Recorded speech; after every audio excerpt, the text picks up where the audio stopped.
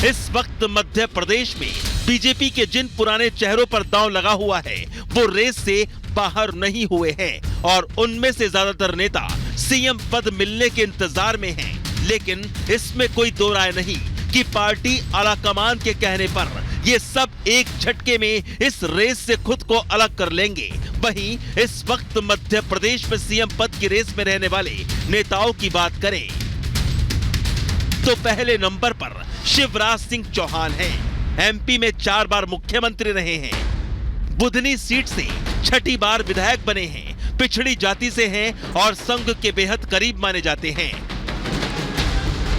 वहीं एमपी में सीएम पद की रेस में दूसरे नंबर पर हैं प्रहलाद सिंह पटेल। मोदी सरकार में केंद्रीय राज्य मंत्री हैं, नरसिंहपुर विधानसभा सीट जीती है, एमपी में बीजेपी के बड़े ओबीसी चेहरा हैं। जबकि तीसरे नंबर पर नाम आता है बीजेपी के बेहद कद्दावर माने जाने वाले नेता कैलाश विजयवर्गीय का, जो बीजेपी के राष्ट्रीय महासचिव भी हैं, बीजेपी के फायर ब्रांड नेता माने जाते हैं।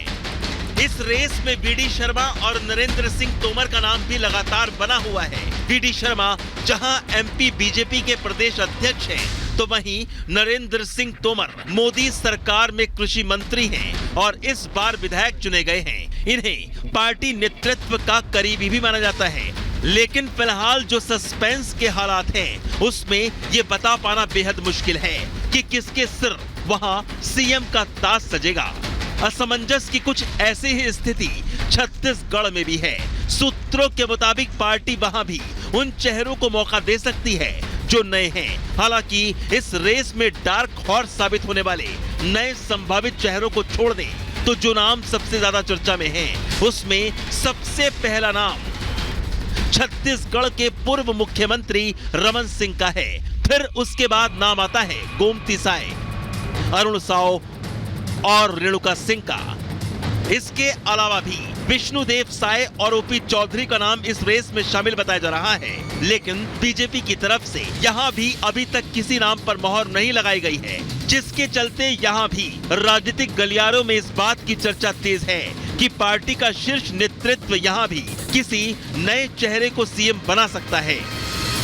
3 राज्यों के सीएम का फैसला दिल्ली दरबार में ही होना है और ये इसी का असर है कि तीनों राज्यों के नेता या तो दिल्ली में डेरा जमाए हुए हैं या फिर उनकी हलचल दिल्ली में देखी जा रही है। लेकिन पिछले कुछ सालों का ट्रेंड बताता है कि तीनों ही राज्यों में बीजेपी इस बार कुछ ऐसा चौंकाने वाला फैसला ले सकती है जो पीएम मोदी के मिशन 2024 को नई ताकत दे सके। Bureau report, Republic Bharat.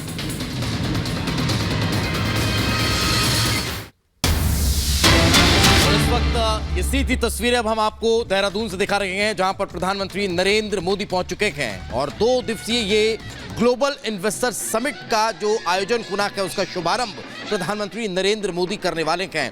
तो इस वक्त ये सीधी तस्वीरें जो हैं वो हम आपको देहरादून से दिखा रहे हैं, जहां पर इन्वेस्टर समिट में शिरकत करने के लिए पीएम मोदी पहुंचे हैं। भव्य स्वागत जो है प्रधानमंत्री नरेंद्र मोदी का इस वक्त देखने को मिल रहा है। तो ये तस्वीरें हम आपको दिखा रहे हैं प्रधानमंत्री नरेंद्र मोदी का ये देहरादून दौरा है और आपको बता दें उत्तराखंड ग्लोबल इन्वेस्टर्स समिट का प्रधानमंत्री नरेंद्र मोदी उद्घाटन करेंगे। कई देशों के राजदूत इसमें हिस्सा लेने वाले हैं, इसके अलावा कई केंद्रीय मंत्री। देखिए प्रधानमंत्री मोदी को आप देख रहे हैं गाड़ी में हाथ हिलाते हुए। जो तमाम लोग प्रधानमंत्री नरेंद्र मोदी को देखने के लिए वहां पर मौजूद हैं, उनके अभिवादन को स्वीकार कर रहे हैं, हाथ हिलाकर उनका धन्यवाद भी दे रहे हैं। ये सीधी तस्वीर हम आपको दिखा रहे हैं। आपको बता दें दरअसल उत्तराखंड सरकार द्वारा ग्लोबल इन्वेस्टर्स समिट की जो थीम है वो पीस टू प्रॉस्पेरिटी रखा गया है और तमाम तैयारियां पूरी कर ली गई हैं। प्रधानमंत्री मोदी उद्घाटन करेंगे उत्तराखंड ग्लोबल इन्वेस्टर्स समिट का। तो ये सीधी तस्वीर हम आपको दिखा रहे हैं। 2 दिवसीय ये शिखर सम्मेलन 8 और 9 दिसंबर शांति से समृद्धि विषय के साथ इसको आयोजित किया जा रहा है और देश दुनिया के जो तमाम इन्वेस्टर हैं, जो डेलीगेट्स हैं, वो इस का हिस्सा होने जा रहे हैं।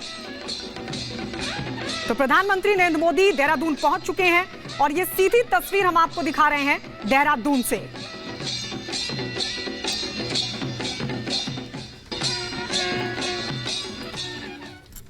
और अब बात मॉस्को की करते हैं, जहां के कलर गोदाम में भीषण आग लग गई और आग लगने के बाद अफरा तफरी की स्थिति देखने को मिली। हालांकि कड़े मशक्कत के बाद उस पर काबू पा लिया गया। देखिए 1 मिनट की रिपोर्ट।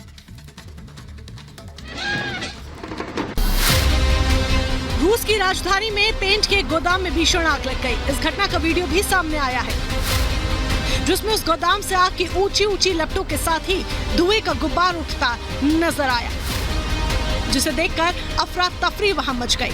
गोदाम के आसपास मौजूद इमारतों में रह रहे लोगों में दहशत फैल गई, क्योंकि आग इतनी भयंकर हो चुकी थी कि इस गोदाम के पास मौजूद इमारतों तक आग फैलने का खतरा मंडराने लगा।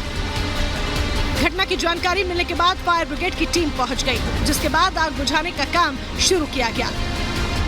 लेकिन आग पूरी तरह से फैल चुकी थी, जिसे बुझा पाना आसान नहीं था। दमकल कर्मियों ने लेकिन हार यहाँ नहीं मानी। कई घंटों की कड़ी मशक्कत के बाद आग पर काबू पाया गया। हालांकि पेंट के उस गोदाम में आग किस वजह से लगी, इसका पता भी नहीं चल पाया है। लेकिन पुलिस के मुताबिक यहाँ से